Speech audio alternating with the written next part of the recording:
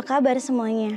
Kembali lagi bersama aku Azza Nur Aini di Temaram, temani malam seram. Malam ini Temaram akan membawakan kisah dari sahabat Umangers yang namanya tidak mau disebutkan, tapi bisa kita sebut namanya itu Ayu. Kisah Ayu ini berawal pada tahun 2019.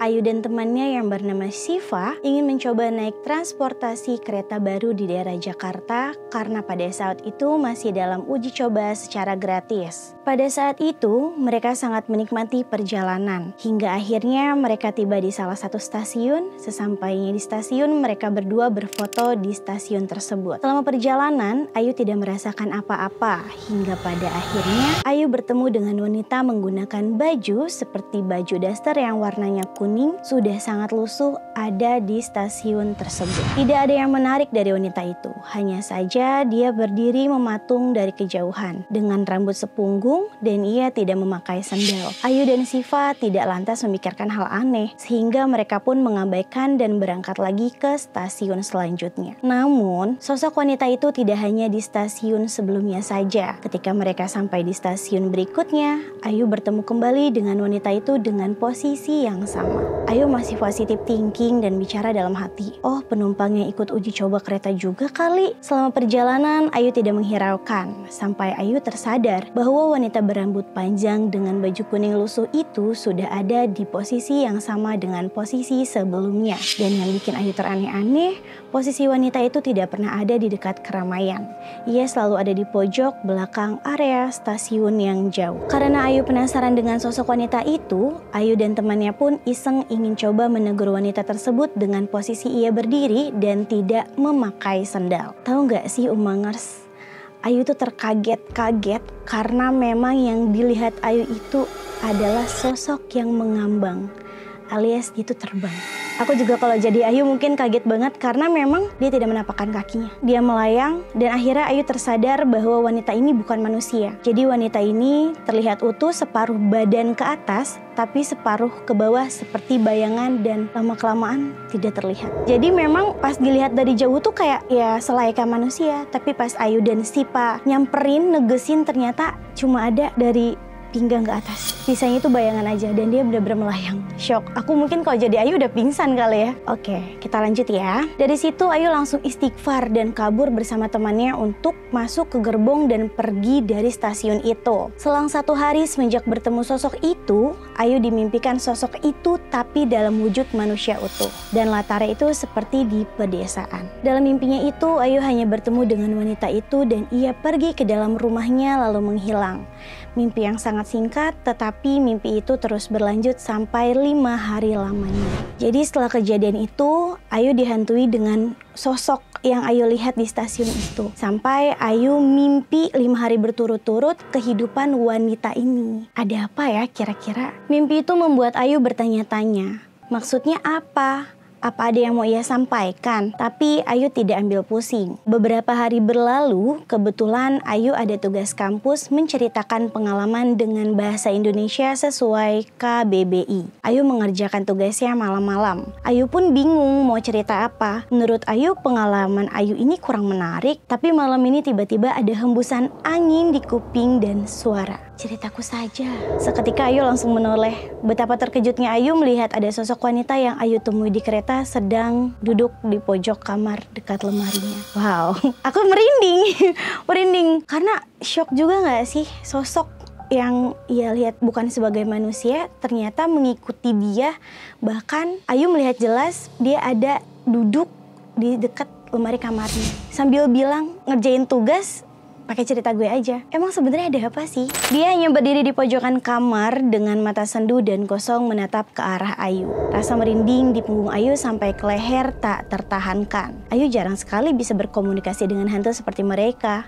Tapi kali ini Ayu tidak tahu dia maunya apa. Menurut teman-teman, kira-kira kenapa ya Ayu kok bisa sih diikutin bahkan diteror sama hantu itu? Ketika sosok perempuan itu datang menghampiri Ayu dan meminta Ayu menceritakan pengalaman tersebut, dalam hati Ayu bicara, "Maaf, tapi saya nggak dulu deh," gitu. Karena mungkin Ayu merasa takut dan ia tidak merespon, tiba-tiba menghilang begitu saja. Ini beneran gak sih? Malam itu Ayu takut tidur, tapi karena Ayu ngantuk, akhirnya Ayu ketiduran dengan lampu yang menyala. Dan sosok itu hadir dalam mimpinya lagi. Kali ini bukan mimpi yang biasanya, tapi semacam potongan hidupnya yang dia kasih lihat. Mimpi itu berawal saat ia usia belasan tahun dengan latar belakang rumah yang dikelilingi kebun. Tapi mimpi itu cuma sebentar aja, dan Ayu tiba-tiba terbangun pada jam 2 malam. Ternyata wanita itu masih ada di pojokan kamarnya dengan posisi jongkok menatap Ayu yang masih ada di kasur. "Oke, emang mau cerita apa?" kata Ayu dalam hati. Tiba-tiba ia terbang menabrak Ayu yang masih duduk di kasur. Dan tiba-tiba ia memberikan gambaran ketika ia masih hidup. Kita sebut saja dengan inisial S karena Ayu juga tidak mau menyebutkan namanya. Karena Ayu juga takut. Dari latar tahun yang ia kasih gambarannya mungkin seperti tahun 1940 sampai 1950-an. Waktu itu sepertinya S ini usianya masih belasan tahun dan ia memiliki seorang adik laki-laki. Dalam kehidupannya ia seperti keluarga yang sederhana pada umumnya. Tapi ia harus membantu ibunya berkebun karena sang ayah hanya terbaring di atas kasur karena sakit. Singkat cerita, ayah S ini meninggal. Dan setelah itu ibunya menikah kembali dengan seorang laki-laki yang paruh baya. Setelah ibunya menikah, mereka tinggal bersama ayah tirinya. Awalnya, kehidupannya berjalan normal seperti biasanya. Adiknya bisa tetap bersekolah, ibu dan ayah sambungnya tetap berladang. Namun, seiring berjalan waktu, ayah sambung S ini menunjukkan gelagat aneh hingga berujung pada pelecehan seksual. Ayah sambungnya melakukan pelecehan tersebut saat orang rumah tidak ada. S awalnya ketakutan sampai gemeteran, tapi ia tidak bisa cerita pada ibunya karena takut. Karena di mata ibunya, suami barunya ini adalah pria baik-baik dan ramah pada siapapun. S cuma bisa menahan takut dan jijik ketika sang ayah sambung melakukan hal tidak senonoh padanya. Hingga puncaknya tengah malam tiba, ayah sambungnya masuk ke dalam kamar S dan melakukan perbuatan bejatnya. Gambaran ini terus terulang sampai di mana S ini hamil ulah ayah sambung.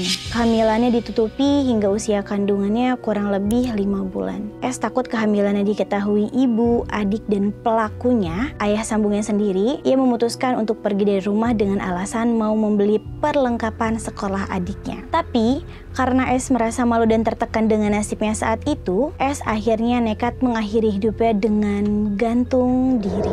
Kasian banget ya. Padahal S ini adalah korban, tapi karena dia takut untuk mengungkapkan, akhirnya ia tertekan dan akhirnya mungkin dia juga nggak punya jalan keluarnya. Akhirnya dia melakukan bunuh diri. Tubuhnya ditemukan di sebuah kebun kosong saat seorang warga hendak mau mengambil pisang. Jasadnya ditemukan hanya selang sehari pasca ia pergi dari rumah. Saat itu baju yang ia kenakan seperti daster berwarna kuning pudar. Warga setempat sempat gempar dengan penemuan mayat tersebut dan alhasil membuat ibu dan adiknya histeris karena tahu berita kalau si S gantung diri. Dan ayah sambungnya tiba-tiba kabur pergi entah kemana meninggalkan ibu dan adiknya. Gambaran yang dia berikan sangat singkat rasanya. Mungkin terasa cuma 10 menit, tapi tanpa sadar Ayu ini sudah mengetik di depan laptopnya dan menyelesaikan semua cerita S sampai beberapa paragraf. Saat Ayu sadar, S bilang, "Terima kasih." Wow, aku merinding sekali. Jujur, saat itu Ayu ragu untuk kirim cerita itu untuk tugas kuliahnya. Tapi setelah dipikir, toh cuma tugas doang, tidak akan berpengaruh. Kemudian akhirnya Ayu masuk jadwal mata kuliah ini. Saat mata kuliah dosen M, Ayu dipanggil maju ke depan untuk menceritakan dan mengklarifikasinya. Karena dosen Ayu ini sempat tercengang dan menyangkal. Saat membahas tugas cerita Ayu, sosok S ini muncul di kursi paling belakang. Raya mengatakan, "Terima kasih."